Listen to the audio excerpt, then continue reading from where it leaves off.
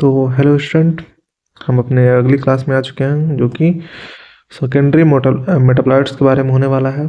जैसे कि इसमें हम 30 एमसीक्यू करेंगे, जिसमें सेकेंडरी मेटाबोलाइट्स के लगभग लगभग सारे पोर्शन क्लियर हो जाएंगे जो कि एग्ज़ाम पोर्शन के लिए इम्पोर्टेंट होते हैं। ठीक है। और अगर आपको इसके रिलेटेड थ्योरीज वगैरह पढ़नी है, ठीक है, तो आप हमारे ऐप पे आ सकते हैं जो कि एस्पिरेंट नेम से है। ठीक है, एस्पिरेंट नेम से है और वो उसका लिंक आपको डिस्क्रिप्शन में मिल जाएगा। तो हम सीधे सीधे क्लास को, और सब ये भी बात है कि ये चीज़ 7 दिनों के लिए आपके लिए फ्री है। तो अभी जाओ, तुरंत इनरोल करो, अच्छा लगे उसके बाद ही परचेज करना, नहीं तो मत करना। तो सीधे सीधे अपने क्वेश्चन पे आते हैं। ठीक है, secondary metabolites are best defined as, secondary metabolites जो होते हैं वो सबसे अच्छे से कैसे डिफाइंड होते हैं? Compound not directly involved in growth but having ecological role. ठीक है, जो कंपाउंड होते हैं, एक कंपाउंड होते हैं जो पेड़ से निकलते हैं। ठीक है, उनका ग्रोथ में कोई रोल नहीं होता, मतलब पेड़ बढ़ेगा नहीं बढ़ेगा उसका कोई रोल नहीं होता। ठीक है, लेकिन उनका इकोलॉजिकल रोल होता है। इकोलॉजिकल रोल मतलब वो पौधों को बचाते हैं। ठीक है, उसको प्रोटेक्ट करते हैं, फिर एडाप्टेशन में हेल्प करते हैं। ठीक है, जैसे कि हमारा पसीना निकलता है ना बॉडी से। ठीक है, बॉडी से पसीना निकलता है लेकिन उसका ग्रोथ में कोई काम नहीं है, लेकिन हमको क्या करता है, जब पसीना निकलता है तो गर्मी से हमें बचाता है। ठंड में मैं ऐसी बातें कर रहा हूँ, अच्छा शोभा नहीं दे रहा, लेकिन कोई बात नहीं, हम आगे चलते हैं।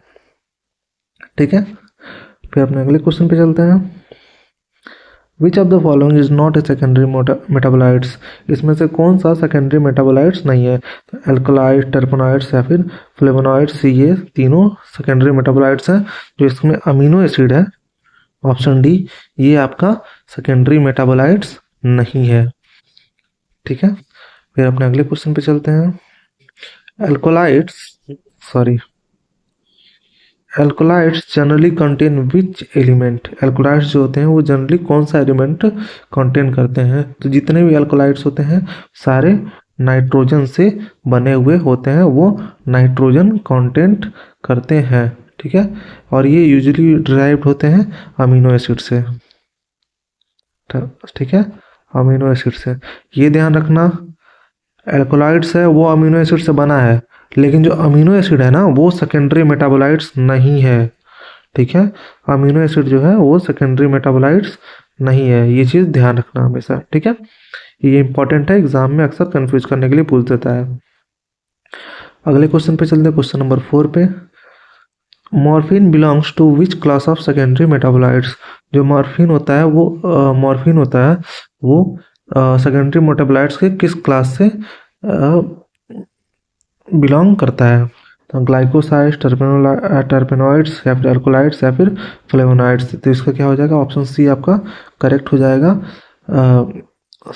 क्या बोलते हैं उसको, एल्कोलाइड्स आपका करेक्ट हो जाएगा। और ये कहाँ से ऑब्टेन होता है?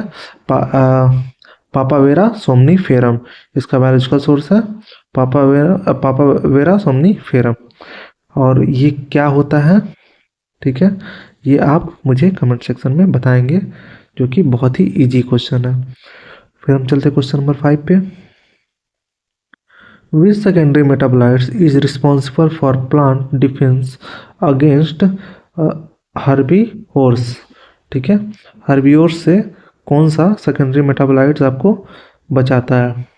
ठीक है, तो इसमें क्या हो जाएगा आपका ऑप्शन, इसका भी बी हो जाएगा, एल्कोलाइड्स। एल्कोलाइड्स इसमें करेक्ट हो जाएगा। ठीक है, ये आपका थोड़ा सा टॉक्सिक और बीटा टेस्ट का होता है, इसके वजह से इंसेक्ट्स से ये पेड़ पौधों को बचाता है। ठीक है, फिर अपने अगले क्वेश्चन में चलते हैं, क्वेश्चन नंबर 6 पे। Terpenoids are synthesize from which basic unit? ठीक है, टर्पेनॉइड्स किस बेसिक यूनिट से सिंथेसाइज होते हैं? तो आपका इसमें क्या हो जाएगा? ऑप्शन बी करेक्ट हो जाएगा, आइसोपेरिन यूनिट आपका इसमें करेक्ट हो जाएगा। ठीक है, फिर अपने अगले क्वेश्चन पे चलते हैं, क्वेश्चन नंबर 7 पे। Which pathway is involve in phenolic compound biosynthesis? ठीक है। कौन सा पाथवे होता है जो कि फिनोलिक कंपाउंड के बायोसिंथेसिस में इन्वॉल्व होता है? तो आपका क्या हो जाएगा? ऑप्शन सी इसका करेक्ट हो जाएगा। सिक्मिक एसिड पाथवे आपका इसमें करेक्ट हो जाएगा, जो कि फिनोलिक एंड फ्लेवोनाइड्स कंटेंट को सिंथेसाइज करता है। फिर अपने अगले क्वेश्चन पे चलते हैं, क्वेश्चन नंबर 8 पे। Flavonoids are mainly act as, जो फ्लेवोनॉइड्स होते हैं वो कैसे एक्ट करते हैं? तो वो क्या होते हैं? आपके सॉरी पिगमेंट्स एंड एंटीऑक्सीडेंट का शो करते हैं, जो कि यूवी रेज से प्लांट को प्रोटेक्ट करते हैं। फिर अपने अगले क्वेश्चन पे चलते हैं, क्वेश्चन नंबर 9 पे। Which of the following is cardiac glycoside, इसमें से कौन सा कार्डियक ग्लाइकोसाइड्स है? तो आपका इसमें डायोक्सिन जो आपका है, ठीक है, डायोक्सिन आपका कार्डियक ग्लाइकोसाइड्स है, वो कि हार्ट फेलियर से आपको बचाता है। फिर अपने अगले क्वेश्चन पे चलते हैं, क्वेश्चन नंबर 10 पे। सेपोनिन्स आर कैरेक्टराइज्ड बाय, जो सेपोनिन्स होता है वो उसको कैसे जाना जाता है? तो वो foaming property in water show करते हैं, पानी के अंदर आपका फोम या फिर झाग बनाते हैं, ठीक है, जिससे अक्सर सोप भी बनाया जाता है और उसका सोपी नेचर होता है। फिर अपने अगले क्वेश्चन पे चलते हैं, which secondary metabolites is derived from tryptophan, ठीक है, which secondary metabolites is derive from tryptophans, ठीक है, कौन सा ऐसा सेकेंडरी मेटाबोलाइट्स है जो कि ट्राईफैटोफेन से बना है? तो आपका क्या हो जाएगा? ऑप्शन 20 में करेक्ट हो जाएगा, इंडोल एल्कोलाइड्स इसका करेक्ट ऑप्शन हो जाएगा, ठीक है। ये आपके ट्राइफेटोफेन से बने होते हैं। फिर अपने अगले क्वेश्चन पे चलते हैं, क्वेश्चन नंबर 12 पे। Tannins are mainly use medicinally for, जो टेनिन्स होता है वो मेडिसिनली किस चीज़ के लिए यूज होते हैं? तो आपका इसके पहले भी क्लास में हम पढ़ चुके हैं। टेनिन्स जो होते हैं हमेशा टेनिन्स जो होते हैं हमेशा एस्ट्रिजेंट एक्शन शो करते हैं, ठीक है। ये सी ऑप्शन इसका करेक्ट हो जाएगा, वो एस्ट्रिजेंट के रूप में जाने जाते हैं। फिर अपने चलते हैं क्वेश्चन नंबर 13 पे। Question number 13, which plant part is richest in secondary metabolites, ठीक है, जो सेकेंडरी मेटाबोलाइट्स होते हैं उसमें से प्लांट का कौन सा ऐसा पार्ट होता है जो कि सबसे ज़्यादा सेकेंडरी मेटाबोलाइट्स कंटेन करते हैं? तो आपका क्या हो जाएगा? लीव्स एंड बाक्स, जो पेड़ के छाल होते हैं और जो पत्तियां होती हैं उसमें सबसे ज़्यादा क्या बोलते हैं सेकेंडरी मेटाबोलाइट्स पाए जाते हैं, जो कि डिफेंस सिस्टम में काम करते हैं। आप एक पौधा सुने होंगे, यूपी में तो उसे मदार बोला जाता है, जैसे उसको तोड़ेंगे ना तो हल्का हल्का मिल्की टाइप कंटेंट निकलेगा, ठीक है, वही आपका क्या होते हैं? सेकेंडरी मेटाबोलाइट्स होते हैं। और कभी कभी आम के पेड़ों से भी देखे होंगे आपका गम निकलता रहता है, ठीक है, उसी को आप सेकेंडरी मेटाबोलाइट्स बोलेंगे, ठीक है। फिर अपने अगले क्वेश्चन पे चलते हैं, क्वेश्चन नंबर 14 पे। Latex containing alkaloids is obtain from, जो लैटेक्स कंटेनिंग एल्कोलाइड्स होते हैं वो कहाँ से मिलते हैं? तो आपका इसका भी क्या हो जाएगा option? P A papaver somniferum इसका करेक्ट ऑप्शन हो जाएगा, जो कि ओपियम का बायोलॉजिकल सोर्स है, ठीक है, जो कि इसका जो कि कंटेन करता है मॉर्फिन एंड कोडीन, ये आपका कंटेन करता है। मेरी हैंड राइटिंग में मत जाना, थोड़ी सी गंदी है, बस धीरे धीरे करके पेन की क्वालिटी बढ़ा रहा हूँ, उससे सुधर जाएगी। स्क्रीन पे मेरा थोड़ा पहला है, पहला क्या, प्रैक्टिस ही कर रहा हूँ अभी, ठीक है। अपने क्वेश्चन नंबर 15 पे चलते हैं, which class of secondary metabolites give aroma to essential oil, कौन सा ऐसा सेकेंडरी मेटाबोलाइट है जो खुशबू पर देता है एसेंशियल ऑयल को? एल्कोलाइड्स, ग्लाइकोलाइड्स या फिर टर्पेनॉइड्स या फिर टैनिन? तो इसका क्या हो जाएगा आपका? ऑप्शन सी, सी आपका करेक्ट हो जाएगा, टर्पेनॉइड्स इज द करेक्ट ऑप्शन, ठीक है। आपके टर्पेनॉइड्स जो होते हैं वो एक एरोमा देते हैं टू द एसेंशियल ऑयल। ठीक है, फिर अपने अगले क्वेश्चन पे चलते हैं। इस क्वेश्चन को भी हम लोग अक्सर देख चुके हैं, सॉरी।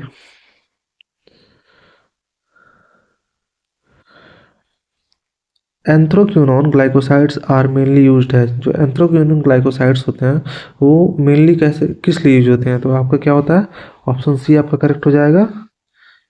लग्जेटिव इसका करेक्ट ऑप्शन हो जाएगा। ठीक, और लग्जेटिव क्या होता है आप इसको कमेंट सेक्शन में बताएंगे।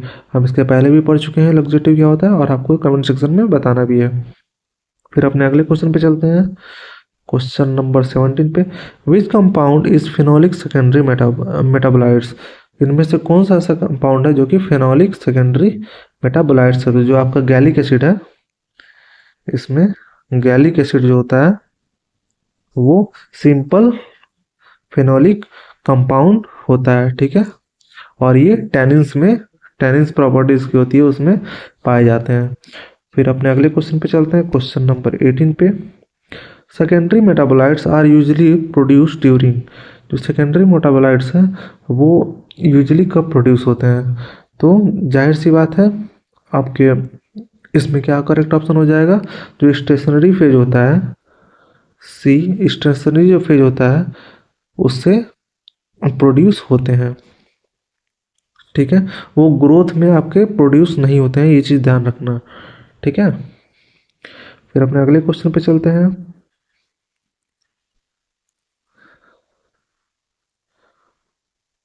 विच secondary metabolites act as a UV protectant in plant.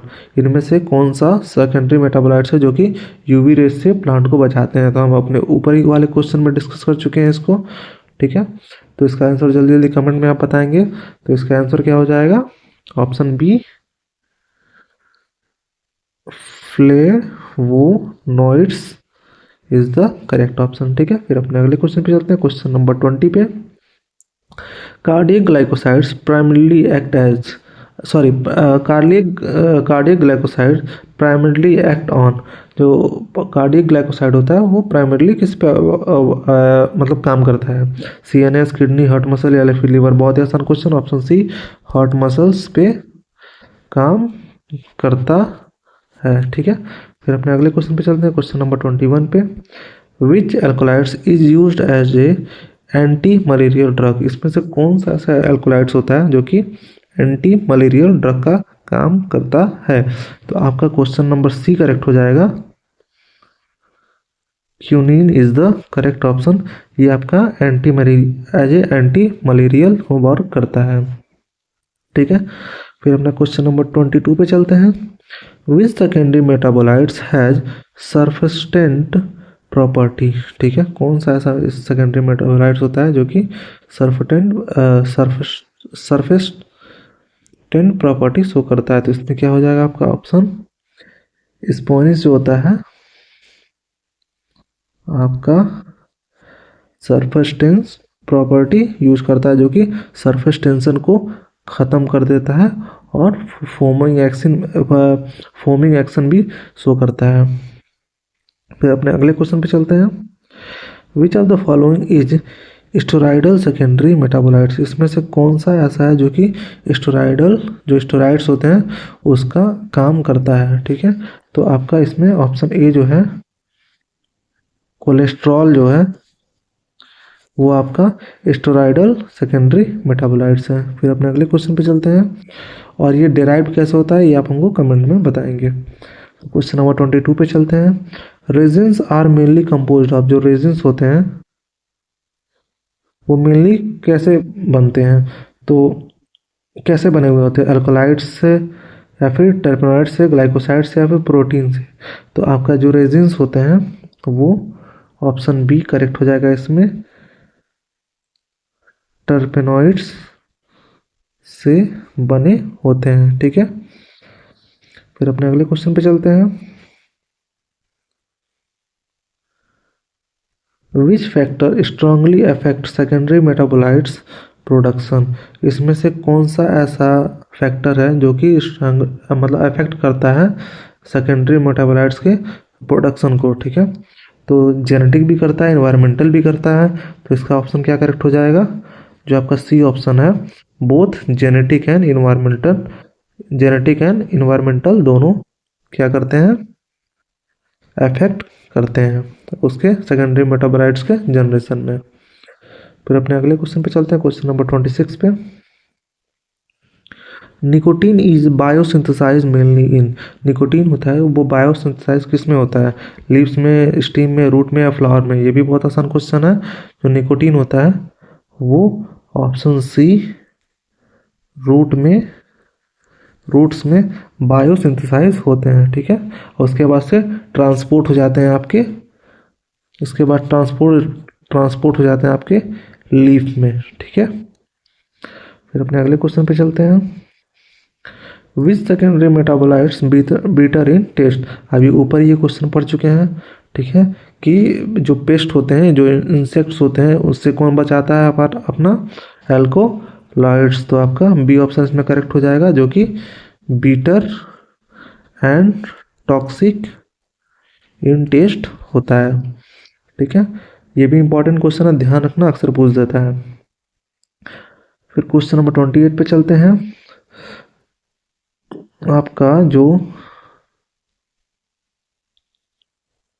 क्यूमेरिन्स होते हैं, ठीक है, belongs to which group, coumarins belongs to which group, जो क्यूमेरिन्स होते हैं वो किस ग्रुप से बिलोंग करते हैं। तो आपका क्या हो जाएगा इसमें ऑप्शन, जो ऑप्शन सी है, फेनोलिक कंपाउंड्स, फेनोलिक कंपाउंड से ये बिलोंग करते हैं,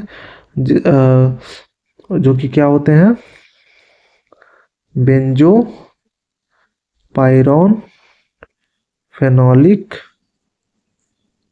कंपाउंड्स होते हैं, ठीक है। फिर अपने अगले क्वेश्चन पे चलते हैं। Which secondary metabolites show the anti microbial activity, कौन सा ऐसा सेकेंडरी मेटाबोलाइट्स है जो कि एंटी माइक्रोबियल एक्टिविटी शो करता है। तो इसमें एल्कोलाइड्स, फ्लेवोनाइड्स, एफिटेनिन या फिर ऑल ऑफ द अबव। तो आपका इसमें डी ऑप्शन करेक्ट हो जाएगा, all of the above is the correct option. ये तीनों जो होते हैं वो एंटी माइक्रोबियल एक्टिविटी शो करते हैं।